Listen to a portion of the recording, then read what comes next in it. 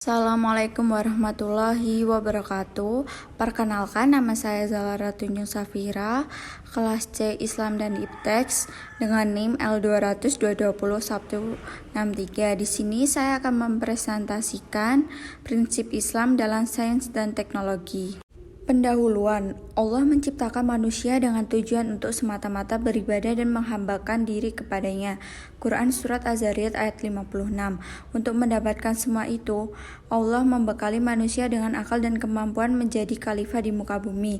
Quran Surat Al-An'am ayat 165. Dengan demikian perlu ada keseimbangan dan saling mendukung antara iptek dan imtak.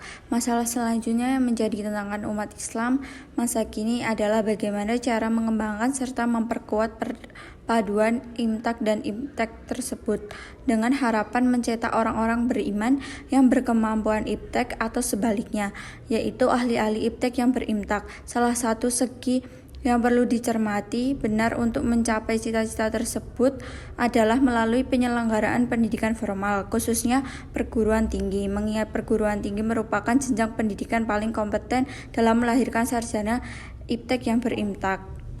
A. Batasan sains dan teknologi. Pada awalnya, teknologi berkembang terpisah dari sains.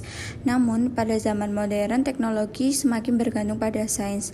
Sebaliknya, sains maju pesat berkat kemajuan teknologi. Pada dasarnya, rekayasa adalah suatu komponen teknologi, yaitu komponen yang menyangkut bagaimana sumber daya alam diolah agar bermanfaat bagi manusia. Sedangkan teknologi adalah totalitas cara untuk menyediakan berbagai objek yang berguna bagi kelangsungan hidup manusia. Adapun mengenai objek ilmu pengetahuan, yaitu semua makhluk yang ada di alam semesta ini merupakan objek yang banyak untuk diriset. Jumlah makhluk Allah yang tersebar di alam semesta tidak dapat dihitung. Jika masing-masing makhluk terkandung di dalam ilmu pengetahuan tentang makhluk itu, berarti jumlah ilmu pengetahuan juga tidak dapat dihitung. Jika jumlah ilmu pengetahuan yang ada sejak dulu sampai sekarang masih dapat dihitung, berarti manusia masih memiliki peluang yang sangat besar untuk memperoleh ilmu pengetahuan baru sebanyak makhluk yang diciptakan oleh Allah. Demikian pula karena teknologi bersifat selalu mengiringi dan mengimbangi terhadap ilmu pengetahuan, maka jumlah teknologi yang perlu ada juga tidak dapat dihitung. B. Sunatullah. Pada dasarnya, iptek adalah bebas nilai moral sehingga bisa menghasilkan sesuatu yang bermanfaat.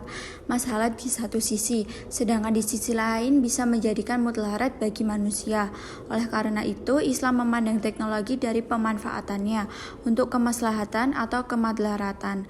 Bahkan lebih jauh lagi, Islam telah membimbing seluruh aktivitas manusia dalam rangka beribadah kepada Allah. Quran Surat Az-Zariyat ayat 56. Dengan demikian, penguasaan sains dan teknologi mensyaratkan penguasaan dan pemahaman ayat-ayat kauliyah sebagai kontrol pemanfaatan sains dan teknologi tersebut.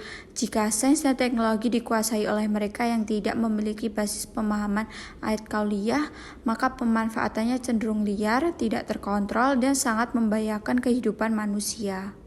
C. Landasan filosofis dalam beriptek. Ditinjau dari sisi ilmu pengetahuan atau sains, maka Al-Quran sebagai petunjuk atau hudan merupakan peletak landasan filosofis manusia dalam memandang dan memahami alam semesta. Al-Quran merupakan rumus atau formula baku, dan alam semesta dengan segala perubahan merupakan yang layak dan perlu dijawab. Al-Quran merupakan kamus alam semesta. Solusi tentang rahasia alam semesta akan terselesaikan dengan benar jika digunakan rumusan yang tepat, yaitu Al-Quran. Dengan demikian, ayat-ayat kauniyah dan ayat-ayat kauliyah akan berjalan secara paralel dan seimbang. Sekian presentasi dari saya. Untuk kurang lebihnya saya mohon maaf. Wassalamualaikum warahmatullahi wabarakatuh.